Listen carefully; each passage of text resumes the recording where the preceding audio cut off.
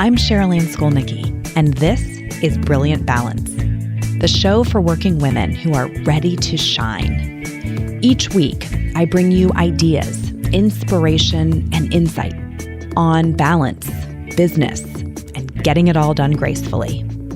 You ready? Let's be brilliant.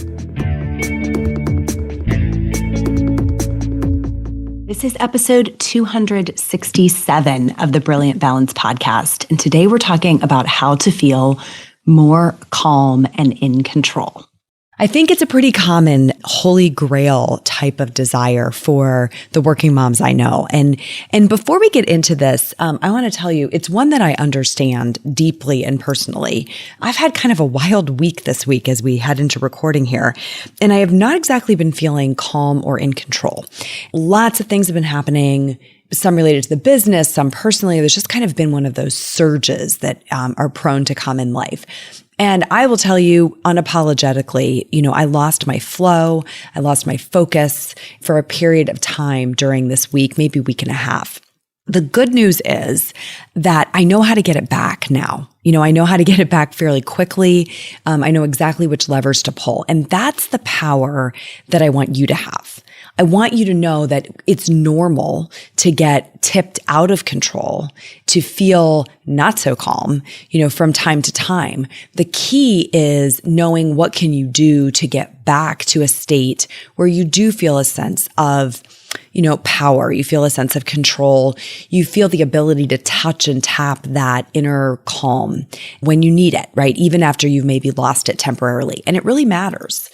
Because when I cross paths with women, whether I'm speaking at an event or whether they're attending a webinar that I teach or whether they're in our Facebook group, one of the things that I hear all the time, it is predictable.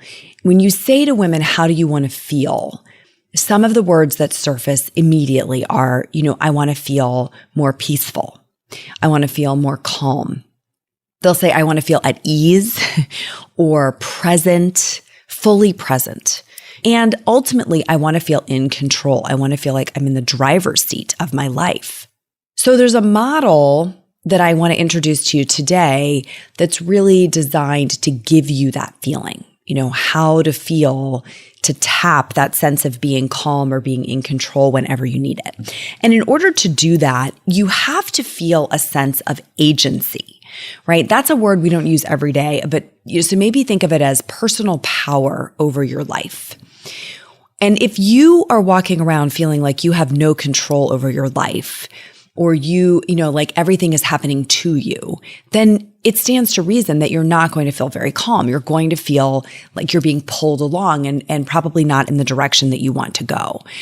And a whole series of feelings and emotions can follow that when we really feel a sense of powerlessness. So I want to talk first about how do we get this cycle going, all right? And in order to kind of introduce this model, I want you to visualize a series of arrows sort of going around in a circle, okay? There's 4 points on this circle that we're going to label, and we're going to talk about each one of them. So the first point is belief. Beliefs lead to thoughts. Thoughts, if you follow the circle around, lead to actions. Actions lead to results. And the results then reinforce beliefs or create new ones. Okay, so beliefs, thoughts, actions, and results. This is all a mindset model. Some people attribute this to Gandhi, some to Lao Tzu. They're very wise, very well-known philosophers who have really codified this model. And so I want to break it down for you and help you understand, first of all, why does it matter so much? And then we're going to kind of take this model piece by piece so that you can adopt it and see what kind of results you can get with it. All right. The point overall, I think, is that your mindset sitting at the center of that circle is actually pretty fragile, or maybe volatile is the right word. Left unchecked, your thoughts can run wild. And those thoughts, as we stated in the model, are really governed by your beliefs. So if you think about meditation and what sometimes is called the monkey mind, this notion that your thoughts are everywhere and they're constantly running through your head. a lot of those thoughts are not necessarily constructive, right? A lot of the thoughts, if we were able to tape record all the thoughts running through your head all day, it's amazing how many of them are not very helpful, right? They're actually pulling us away from what we want most, or they're arguably destructive, all right? So when you want to really have a different set of results in your life, we need to unwind that and start to get some sense of control over the thoughts that are running through your head. But you can't start there, right? There's a starting point that goes one step further back from that. And we're going to start with belief today. So I'm going to tell you this too. All of this mindset work, if you're kind of like rolling your eyes and saying, whatever, I want a practical tip on getting more done in the day. This mindset work is 100% at the foundation of your ability to get the results you want in your life. That's exactly why in my coaching program, which we call Breakthrough, in Breakthrough, we are working with really high achieving women who are trying to figure out, how are they going to get their life to the next level? How are they going to be clear about what they really want and then actually go make that happen, with sustained effort? We start with a mindset practice. We call that whole phase, get your head in the game. And it's so important to me personally. I have several accountability systems in place to protect it in my own life. And it is the very first thing we teach inside of my coaching program. The idea is to get you living in the headspace of the person who you are becoming, not in the headspace of the person you used to be, carrying a lot of that with you, or even necessarily in the headspace of the person you currently are. You want to essentially step into the mindset of the person who you are becoming, because it's very powerful to sit in the energy of who you want to be. That's what lets you normalize a set of thoughts and behaviors that really support your journey toward the future that you want. And it all starts with beliefs, okay? So let's get into the first point here, which is that belief drives thought.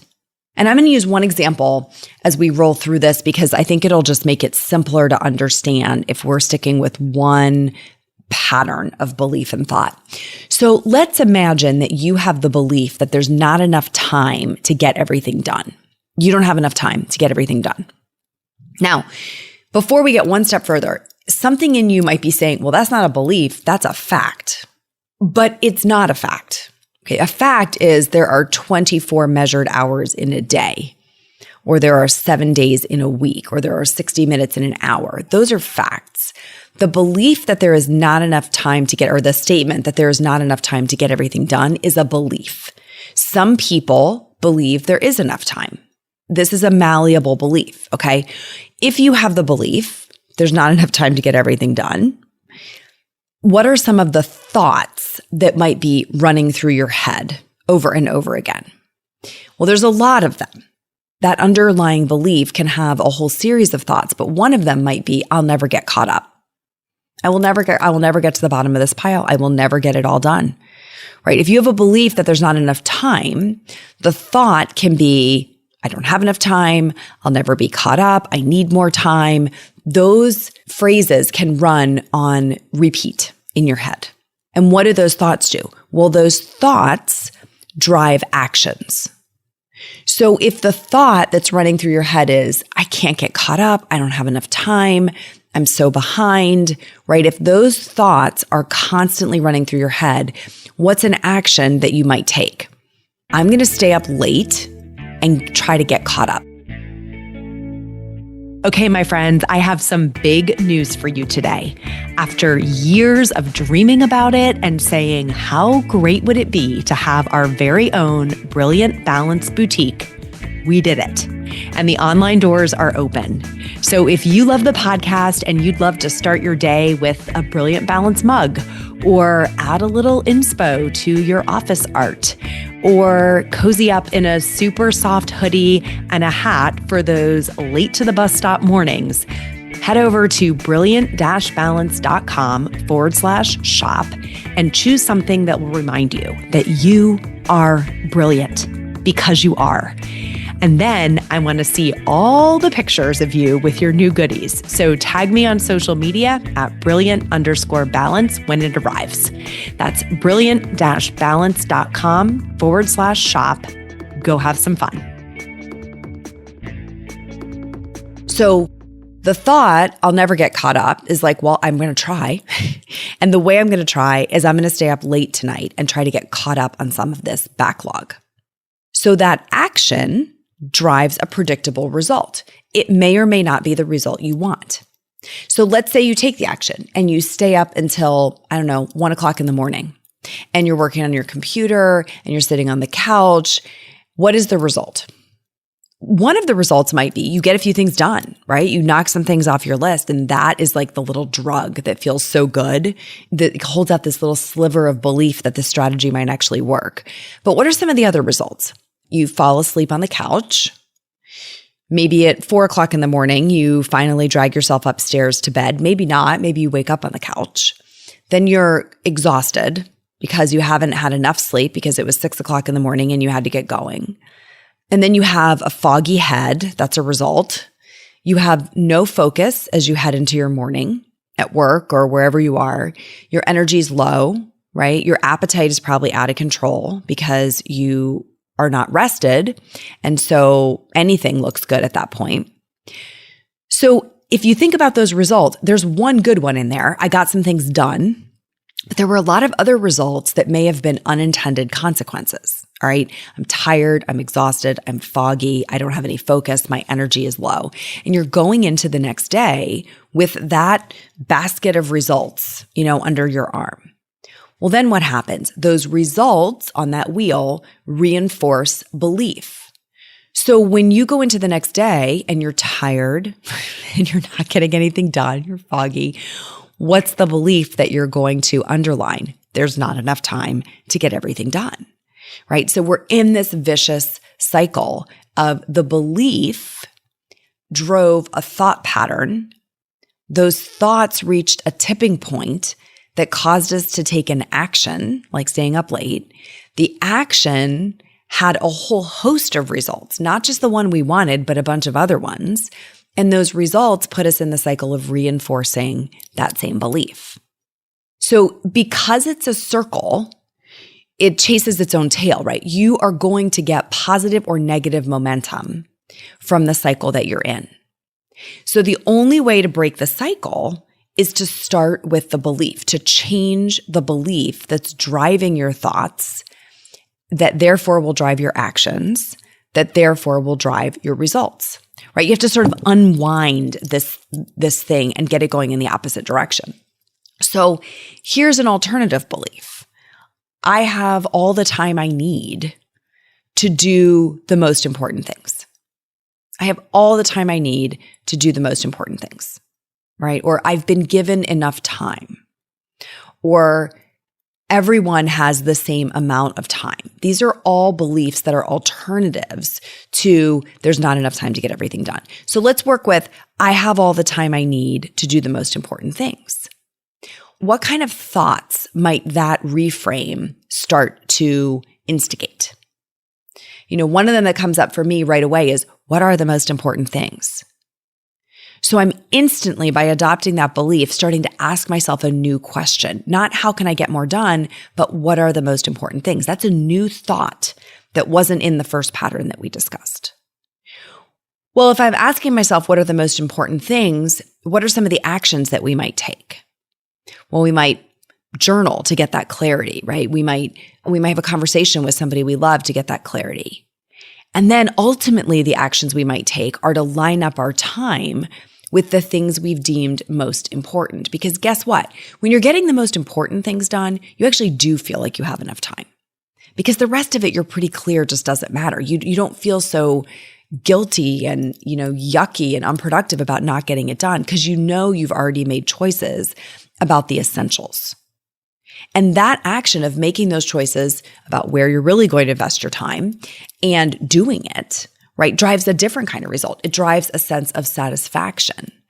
It drives the ability to close up your desk at the end of the day and say, that's enough for today. I know what I'm going to do tomorrow, right? It drives you to make choices to spend time with people that you care about because they're on the most important list.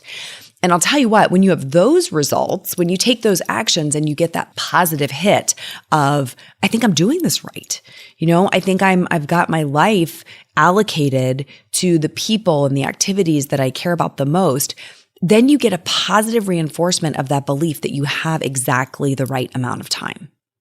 You have all the time you need for the things that are most important, right? So there's a reinforcement of that core belief. Now, I mentioned at the beginning of this episode that you can fall out of this cycle. I absolutely fell out of this cycle, in the last week or so, because what happens is when the surges come in, your core beliefs get shaken, especially if they're new ones that you're trying to adopt. And the way through that is to anchor in to the set of beliefs that serves you. Okay, so I told you I was going to give you a strategy for what do you do when you start to come untethered? You go right back to the beliefs. So for me, it's very helpful to have those written down where I have the place that I can go to them. And for me, it's actually important to look at them every single day. So every day when I'm reading to myself, this is what I believe, right? These are the statements of mindset patterns that I want to be in. Any dissonance that starts to creep up, like if my behavior the day before was out of alignment with that, I'm instantly aware of it. Because when you anchor yourself into that set of beliefs repetitively, when you do it with regularity, that is something that actually allows you to keep your head in the game. Okay, so you're less likely to get pulled away into thought patterns that don't serve you. You're less likely to take actions that don't serve you, and you're less likely to have results that are moving you in the opposite direction of your dreams. The next time you find yourself feeling like I'm totally out of control, I don't feel calm, the things that I'm doing today are making me feel crazy, I don't feel productive, I don't feel that sense of accomplishment, then I want you to pause and come back to what is the thought that's running through your head. What is being said to you over and over again? You're not smart enough. You're doing this wrong. You're such a mess. You're not a good mother. What are the things that are running through your head as thoughts? And then what is the belief that you need to reset to shut down that thought pattern? And you will immediately feel a sense of calm. And then that gives you back that ability to be in control of, okay, now I'm going to choose the actions that I'm taking with a higher standard. Right? I'm going to choose them against this new belief that I've adopted.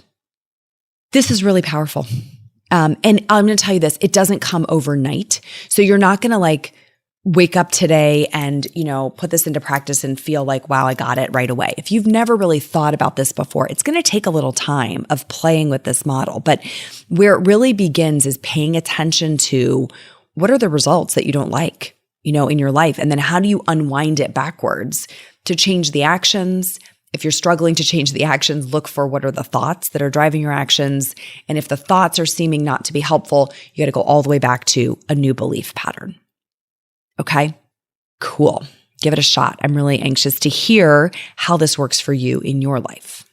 Now, I want to transition to the next show. I always like to give you a little preview of coming attractions here. So the next show is set up for those of you who work for a company or an organization that has really high expectations of you. I have an insight I want to share that I think can really help you as you try to find, your own balance amid the demands of the company and your colleagues and your bosses. So that'll be a good one for you if you are working in one of those environments. Until then, come join me in the Brilliant Balance group on Facebook.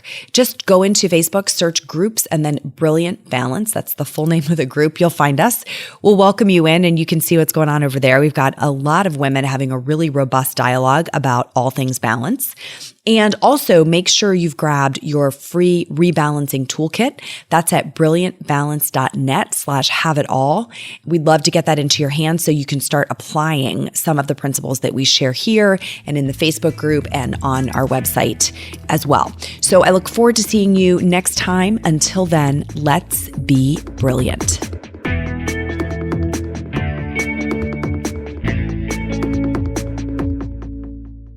This is thepodcastfactory.com.